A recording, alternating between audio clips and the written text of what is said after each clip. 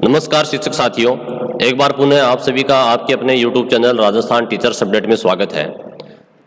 आज हम बात करने वाले हैं सहायक अध्यापक लेवल प्रथम और सहायक अध्यापक लेवल द्वितीय जो संविदा भर्ती 2023 में होने जा रही है, उनके पदों पर चयनित अभ्यर्थियों की संविदा शर्तों के और नियुक्ति पद स्थापन के संबंध में विस्तार से चर्चा करने वाले हैं। और चर्चा करने के लिए हमारे बीच मौजूद हैं हमारे शिक्षक साथी श्री चंद्रभान जी। सर, आपका स्वागत है। नमस्कार साथियों। तो साथियों, हम प्रश्न और उत्तरों के माध्यम से चर्चा करने वाले हैं। हमारा पहला प्रश्न ये है सर आपसे कि पद स्थापन किन विद्यालय में होगा। ये जो संविदा भर्ती के जो पात्र अभ्यर्थी पाए गए हैं, इनका पद स्थापन किन विद्यालय में होने वाला है। सभी को नमस्कार। और साथियों, आप हमारे चैनल पर नए हैं तो सबसे पहले चैनल को सब्सक्राइब करिए, बेल आइकन दबाएं ताकि आने वाले वीडियो वो आप तक पहुंचे।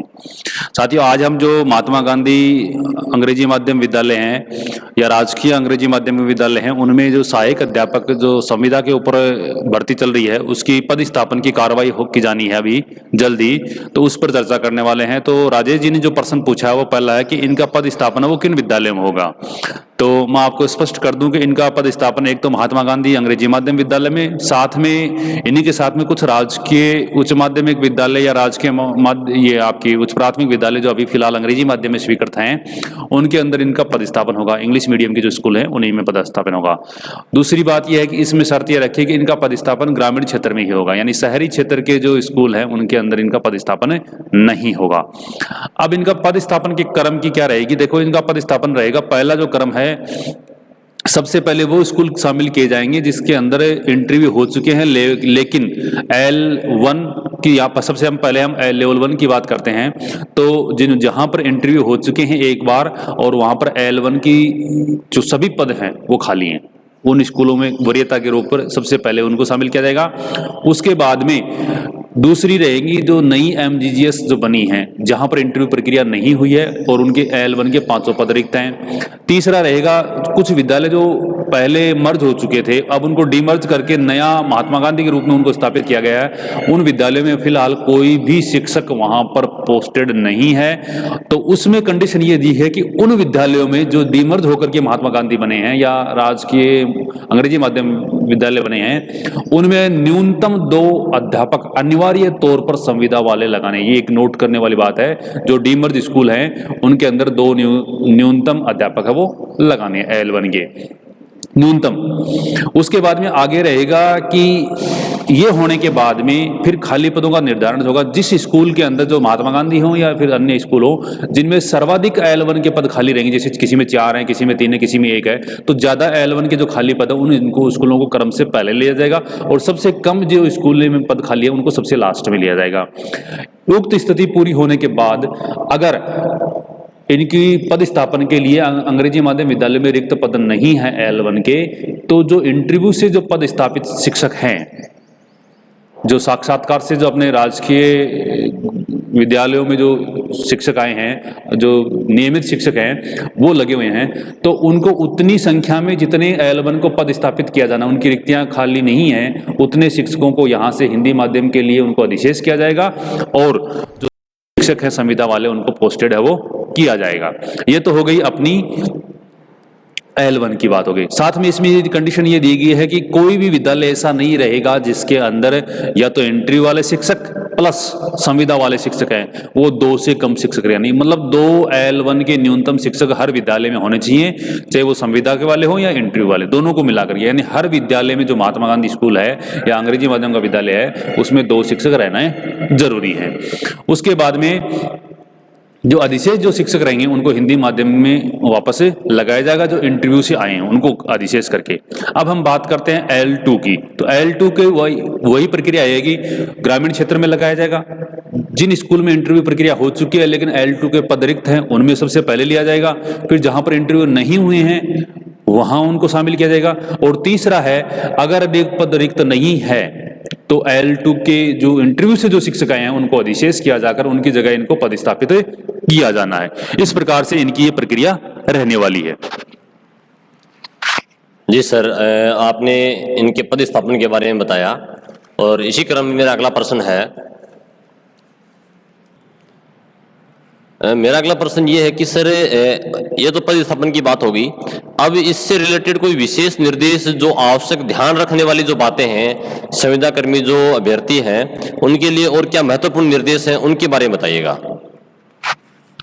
बिल्कुल, देखिए सर, इसमें एक निर्देश और भी हैं कि जो शिक्षक अंग्रेजी माध्यम विद्यालय, राजकीय अंग्रेजी माध्यम विद्यालय महात्मा गांधी हैं, उनमें कुछ हिंदी माध्यम के शिक्षक हैं वो कार्यरत हैं, वो L1 पे हैं चाहे L2 पे हैं, और उनका चयन साक्षात प्रक्रिया से नहीं हुआ है, तो जो शिक्षक लगे हुए हैं हिंदी माध्यम के, उन शिक्षकों के पद इसमें रिक्त माना जाएगा, उन पदों को रिक्त की श्रेणी में गणना की जानी है।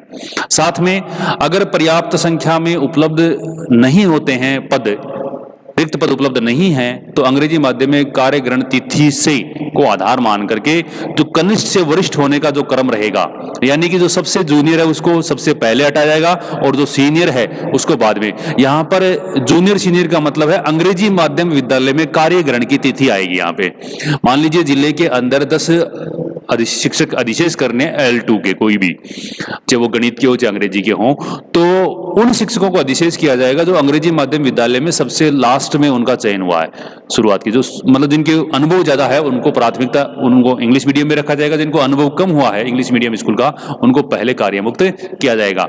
साथ में इसके अलावा है अंग्रेजी माध्यम विद्यालय में साक्षात्कार से चयनित जिन कार्मिकों को अधिशेष किया जाएगा, हिंदी माध्यम में पद स्थापित किया जाएगा, उनके वापस प्रतिवर्तन के कार्य हेतु उनकी स्वीकृति का प्रस्ताव है वो जिला शिक्षा अधिकारी मुख्यालय माध्यमिक है वो निदेशालय को भेजेंगे।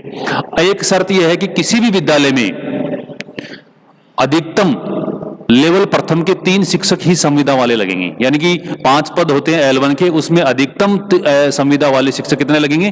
3। किसी भी अंग्रेजी माध्यम विद्यालय में अधिकतम की सीमा, ये शर्त रहेगी। इसके बाद में अलावा है कि जितने आपको संविदा में, मान लीजिए आपको 100 शिक्षक मिले हैं या 110 शिक्षक आपको मिले हैं L1 के या L2 के, जितने मिले हैं, आपको पद उतने ही 100% रिक्तियों की संख्या है वो प्रकाशित करनी है। मतलब जितने शिक्षक उतनी ही रिक्तियां है वो प्रकाशित की जानी है उनको काउंसलिंग के लिए। और इसके बाद में एक और दिया है कि इनकी जो आपकी पात्रता है, डॉक्यूमेंट वेरिफिकेशन है, एक बार इन शिक्षकों का दोबारा से पात्रता वेरिफिकेशन होगा, लेकिन इस पात्रता वेरिफिकेशन के अंदर जो अभ्यर्थी हैं उनको वहां पर नहीं बुलाया जाएगा, और जो पात्रता जांच करने वाली टीम है वही जांच करेगी। अगर कहीं उनको कोई आवश्यकता होगी तो संबंधित अभ्यर्थी को वहां पर आप बुला सकते हो। इस प्रकार से ये रहने वाली है। लीजिए। जी बिल्कुल सर, और मेरा अगला प्रश्न आपसे ये रहेगा कि कुछ अभ्यर्थी ऐसे हैं जिन्होंने बीए एडिशनल बाद में किसी अन्य सब्जेक्ट से किया है, जैसे अंग्रेजी से किया है, तो उनका क्या रहेगा? एडिशनल बीए जो इंग्लिश से हैं, क्या उनको इसमें शामिल किया जाएगा? बिल्कुल, बहुत अच्छा प्रश्न पूछा आपने राजेश जी। तो इसमें मैं आपको स्पष्ट तौर पर बता दूं कि काउंसलिंग के दौरान इन्होंने बहुत सारे जो नियम बताए हैं उसमें लिखा है कि अतिरिक्त विषय के साथ में स्नातक उत्तीर्ण होने के आधार पर पात्र हैं उन्हें काउंसलिंग प्रक्रिया में सम्मिलित नहीं किया जाना है। ऐसे प्रकरणों को अलग कर तत्काल निदेशालय को इसकी मूल प्रकरण है वो लौटाया जाएगी। मतलब इस काउंसलिंग के दौरान एडिशनल वाले हैं उनको काउंसलिंग में शामिल नहीं किया जाएगा। साथ में मैं आपको और बता दूं कि जो दिव्यांग अभ्यर्थी हैं उनका जो मुख्य चिकित्सा एवं स्वास्थ्य अधिकारी CMHO है उनकी अध्यक्षता में संपर्क स्थापित एक मेडिकल बोर्ड बनेगा, और उनको दोबारा से मेडिकल के जो कागजात हैं उनको एक बार जांच की जाएगी, उसकी दिव्यांगता की जांच की जाएगी, और उसके उपरांत ही उनको पदस्थापन और नियुक्ति की कार्रवाई की जानी है। लेकिन ये जब तक होती है उस समय उनको काउंसलिंग प्रक्रिया में शामिल किया जाएगा। अगर उनको मेडिकल बोर्ड का जांच करवाने के उपरांत पदस्थापन किया जाएगा, नियुक्ति आदेश बाद में जारी होंगे, लेकिन उनको काउंसलिंग प्रक्रिया में शामिल कर लिया जाएगा।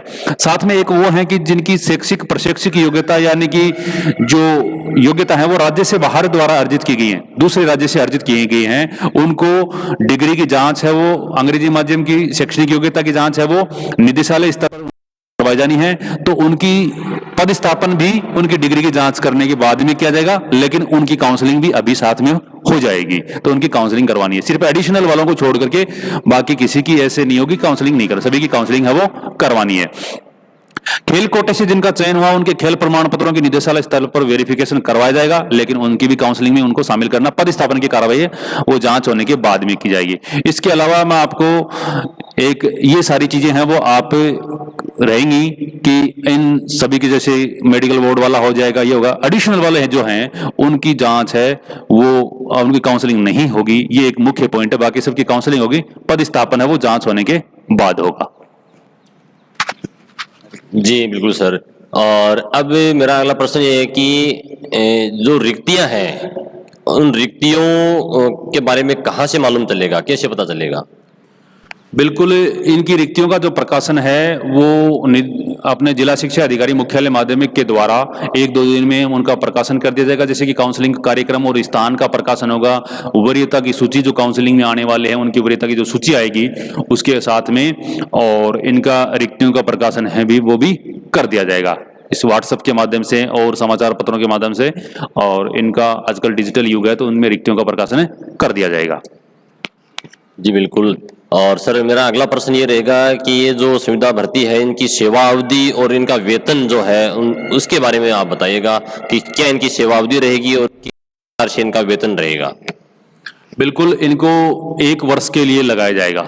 सेवा अवधि दिनांक से दिनांक तक 1 वर्ष की अवधि के लिए लगाया जाएगा, लेकिन इनको 1 वर्ष के बाद में इनकी अवधि है वो सेवा अवधि हो प्रतिवर्ष 1-1 वर्ष के हिसाब से इनकी सेवा अवधि है वो बढ़ाई जाएगी, इनको हटाया नहीं जाएगा। ये एक मुख्य बात है, लगाया जाएगा 1 वर्ष के लिए, फिर 1 वर्ष के लिए दोबारा इनकी बढ़ाई जाएगी। और वेतन की बात है, इनका वेतन रहेगा 16,900 रुपये इनका वेतन है वो रहेगा। ठीक है। तो सर जैसे जो परमानेंट जो शिक्षक भर्ती होती हैं, क्या उसी प्रकार से इनकी कोई व्यक्तिगत पंजिका का संधारण किया जाएगा, जैसे अपन जिसको अपन पर्सनल फाइल या पीएफ कहते हैं, इसका क्या रहेगा? बिल्कुल, इनका व्यक्तिगत पंजिका वो संधारण रहेंगे और उसमें इनके जो डॉक्यूमेंट हैं जो लगे हैं उनका भी एक सेट है उसके अंदर रहेगा। जब नियुक्ति अधिकारी है उनके डॉक्यूमेंट लेकर के और उनको वो पद जो ज्वाइनिंग करवाएंगे उस समय इनकी व्यक्तिगत पंजिका का भी संधारण करना है। जी बिल्कुल। और सर नियुक्ति के समय कौन कौन से डॉक्यूमेंट्स यानी कि दस्तावेज जो है वो संविदा कर्मी को अपने पास रखने होंगे, इनके बारे में बताना। बिल्कुल, जो नियमित नियुक्ति की तरह है इनका एक तो पुलिस अधीक्षक के द्वारा चरित्र प्रमाण पत्र वेरिफिकेशन करवाया जाना, वो प्रमाण पत्र इनको साथ में देना होगा। साथ में इनको स्वास्थ्य प्रमाण पत्र है जो सीएमएचओ या पीएमओ द्वारा जारी किया जाएगा उनका लेना है। एक 50 रुपए के नॉन जुडिशियल शपथ पत्र पर 1 जून 2002 के बाद में 2 या 2 से अधिक संतान नहीं होने का प्रमाण पत्र, 2 से अधिक संतान नहीं होने का प्रमाण पत्र है वो इसके अंदर संलग्न किया जाएगा। और एक अनिवार्य विवाह पंजीयन यदि है तो उनका वो लगाया जाएगा, और यदि उस समय यदि अनिवार्य पंजीयन नहीं था तो इनका 50 रुपए के शपथ पत्र के ऊपर है वो इनको शपथ पत्र देना होगा। साथ में इनको धूम्रपान गुटखा नहीं प्रयोग करने की वचनबद्धता का प्रमाण पत्र वो साथ में देना होगा। एक इनको संविधान के प्रति निष्ठा, राष्ट्रीय प्रभुत्व अखंडता को अक्षुण्ण बनाए रखने की शपथ और पद के कर्तव्यों में राजनिष्ठा, ईमानदारी और निष्पक्षता का शपथ पत्र भी इनको देना होगा। दहेज नहीं लेने की स्व घोषणा पत्र है वो भी इनको देनी होगी।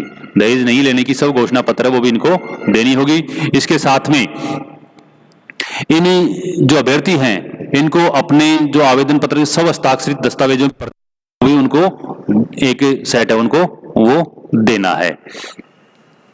इसके साथ में जो शैक्षिक और प्रशैक्षिक योग्यता है प्रमाण पत्र है उनको वैध नहीं पाए जाने पर नियुक्ति अधिकारी द्वारा उनका जो चयन है वो निरस्त करने का अधिकार नियुक्ति अधिकारी के पास में रहेगा। इस प्रकार का भी एक शपथ पत्र है वो 50 रुपए के नॉन जुडिशियल पर देना होगा।